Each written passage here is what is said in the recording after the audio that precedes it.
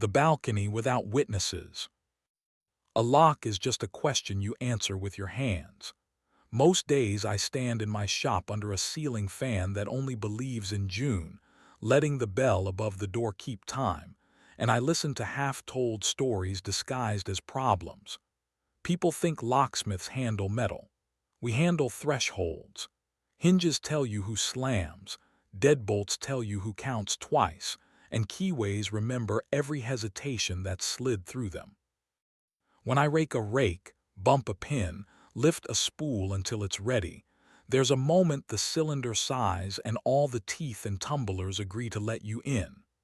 I live there, in that hush where resistance becomes permission. My name is Marco. You've seen me without seeing me, on a ladder outside a brownstone at dusk, kneeling in a hallway with a tool roll like a rosary, leaning into a safe with my ear turned the way a lover turns to a whispered name. I keep a shoebox under the counter full of orphaned keys that I can't throw away. The best ones are old brass cut by hand. No two grooves the same, each stubborn as a memory. When I'm alone, I try them in my practice lock and imagine doors that don't exist, rooms that would let me in if only I could find them. It's a harmless superstition, the locksmith's version of prayer. Leela found me on a rainy afternoon when the street was a slow river and umbrellas fought for air. She leaned into my door with a shoulder that had learned ballet and impatience, hair dripping in purposeful curls, perfume that was not sweet so much as dark smoke and citrus, like an orange warmed in a pocket. "My loft," she said, breath misting at the edges. The old Yale on the balcony blew its mind. I've got a meeting and half a bottle of endangered champagne losing its will to live. I followed her across town, watching the city smear itself into a watercolor behind the wipers. She had the kind of laugh that could be held in the palm, and the kind of ring that looked too heavy for the soft root of her finger. "Curator," she said at a red light without looking at me, as if she were answering a question I hadn't earned yet. Galleries, residencies, very serious people pretending to be unserious. I throw parties where everyone wants to be in the kitchen. The balcony door was the kind that architects put in to flatter themselves. A glass slab in a black steel frame, mortise case milled like a jewel box. The cylinder had eaten a snapped key and decided to choke on it. I set my roll down on her stone floor, the chill traveling through my knee, and touched the lock the way you touch someone about to wake. "Be gentle," Leela murmured behind me. "We've only just become acquainted." "I was going to buy at dinner first," I said, and she smiled the kind of half-smile that says, "You've understood the tone." I worked it slow. The rain softened to a rumor. Her reflection hovered in the glass just beside my hands, crossed arms, the white curve of collarbone where her blouse had undone one button too many for rain. When the plug turned and the bolt slid home with a self-satisfied click, the door opened without theatrics. Cool air came in wearing river on its skin. Leela stepped past me to test the handle and was suddenly too close, her shoulder brushing my chest like a question neither of us wanted to answer politely. "I owe you," she said, and then she laughed, correcting herself. "Etta owes you. That's the champagne producer. You've saved a small nation of bubbles." "Bubbles and I have an understanding," I said, packing my tools with the discipline of a man who's learned both how to stay and how to leave. "We don't waste each other's time." On my way out, I noticed things the way I always notice things. Two champagne flutes, one with a small red print near its lip. A silk scarf thrown onto a chair as if a wrist had shed it in relief. An art book open to a page where a woman looked away from the painter in a way that meant she wasn't, not really. Leela caught me seeing without being seen. "It's a gallery afternoon," she said softly, which is an answer that means there are better questions. She started coming by the shop for more than emergencies. to pick out a new cylinder for the gallery's back door because the interns had multiplied copies like rabbits, to ask my opinion on an antique safe for a donor who liked to keep his tithes in iron, to watch me cut keys the old way on the hand-cranked duplicator, filings like gold dust. She'd stand too near and ask if all locks sounded the same when they surrendered. "They all sound like relief," I said. "Relief is universal." We were careful until we weren't. The rules were hers and came one evening when the rain had learned to be sleet and my shop window held a moon the color of a spoon. She sat on the counter, legs swinging, and wrote them with her mouth against my ear. "No one from your staff, no one from mine. We don't bring strangers into our bed. We say it before, not after. No humiliations. Work stays holy." She took my hand and laid it on the bare inch of stomach between her blouse and skirt. "We don't make the mistake of pretending to be saints. Saints are terribly unsexy." "I don't own a halo," I said, and let my thumb travel that inch the way a key tests a lock it wants to deserve.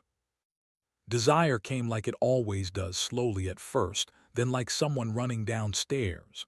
We took the balcony as if it had been waiting for our mouths. The city below was a nervous hush of tires and the occasional siren that sounded far away, the sky a heavy lid that kept secrets on a low simmer. She tasted like cold wine and warmth, like a secret kept by two people on purpose. I will not itemize us. I will say that when her hand slid under my shirt and found the small scar near my ribs, from a screwdriver that had slipped once, impatient, she kissed it with the instinct of someone who knows where a body keeps its stories. She braced her palms on the railing and arched into me with the kind of confidence you only have when you have stopped lying to yourself. Later, she lay with her head on my thigh and watched the fog lay down over rooftops, breath slowing to something that sounded like forgiveness. I told her before I told myself. "There's someone else," I said. "Her name is Layla." The person who needed to hear it was Layla. It was me.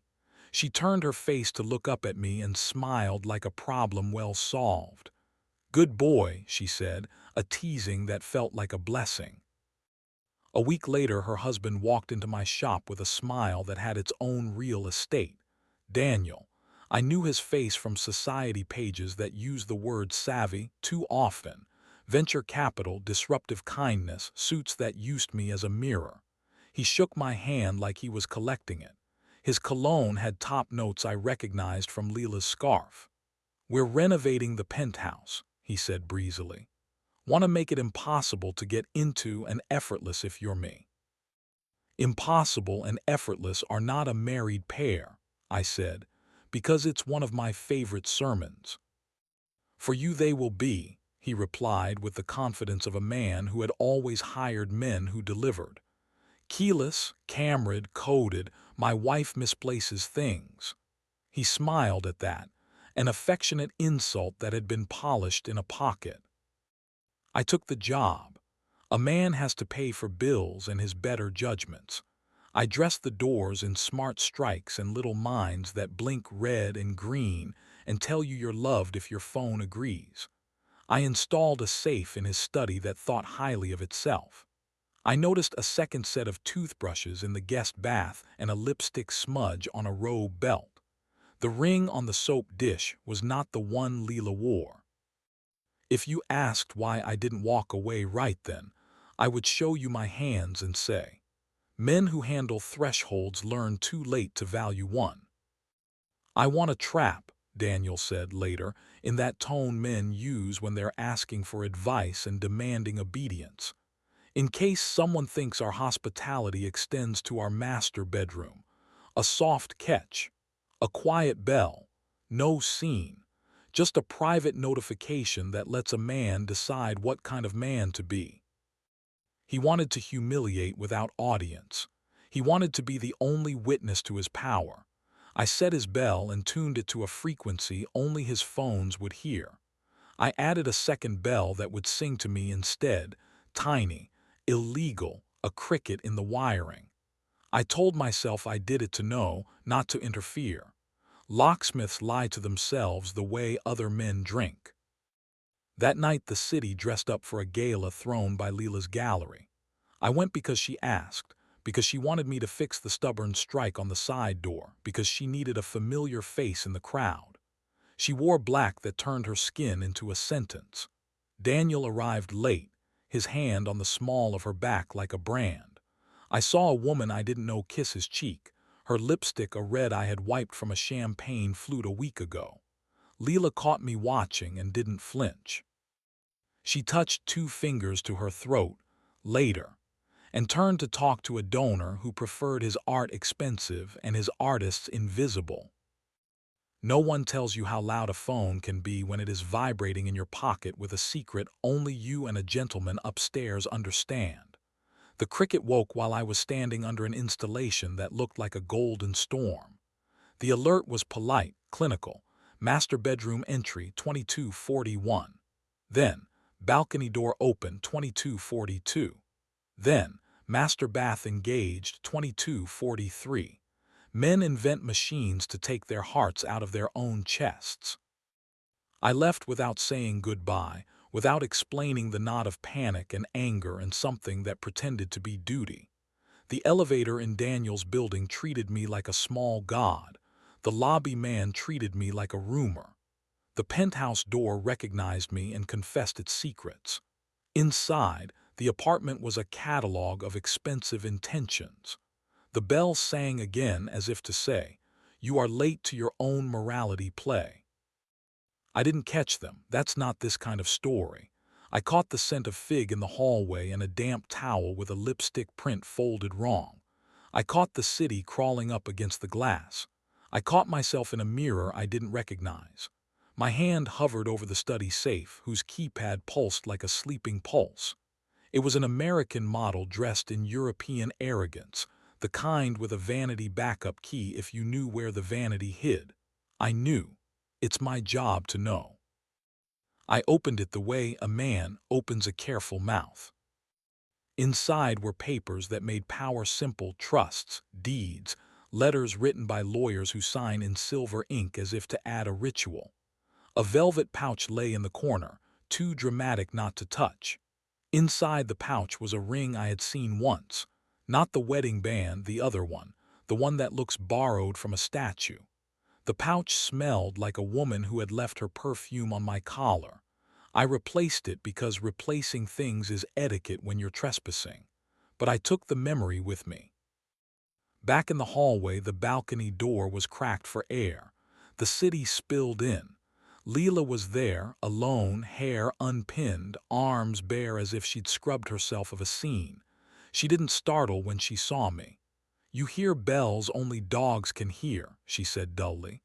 "Of course you came." "Trap set," I said, "because I don't know how to say I came for you without sounding like a child." She leaned her hips against the rail and stared down at the dark that pretended to be softer than it is. "He thinks openness is a brand," she said. "A thing you print on tote bags. He doesn't watch me when he touches me. He watches himself being the kind of man who could forgive what he engineered." I went to her because there was nowhere else to go. The cold found the spaces between our ribs and asked questions we were tired of answering. "You can leave," I said. "Can you?" she asked. And there it was, the soft, elegant cruelty of someone who knows you are also tied. We kissed because it was the only honest thing available.